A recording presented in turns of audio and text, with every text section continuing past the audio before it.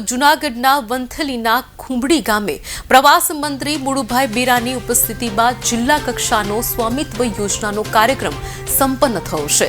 સ્વામિત્વ યોજના અંતર્ગત property card વિતરણનો જૂનાગઢ જિલ્લા કક્ષાનો સમારોહ ખુંબડી ગામે પ્રવાસન મંત્રીના અધ્યક્ષસ્થાને યોજાયો હતો। મહાનુભાવોના હસ્તે લાભાર્થીઓને પ્રોપર્ટી કાર્ડનું વિતરણ કરાયું। જિલ્લાના 448 ગામોનો સ્વામિત્વ યોજનામાં સમાવેશ થયો છે। અત્યાર સુધીમાં 163 ગામોનું પ્રોમુલેશન પૂર્ણ કરીને 18,581 પ્રોપર્ટી કાર્ડનું વિતરણ કરાયું છે। કાર્યક્રમના અંતે મંત્રી તેમજ મહાનુભાવોના હસ્તે એક પેડમાં મા કે નામના અંતર્ગત વૃક્ષારોપણ પ્રાથમિક શાળાના પ્રાંગણમાં હાથ ધરાયું હતું।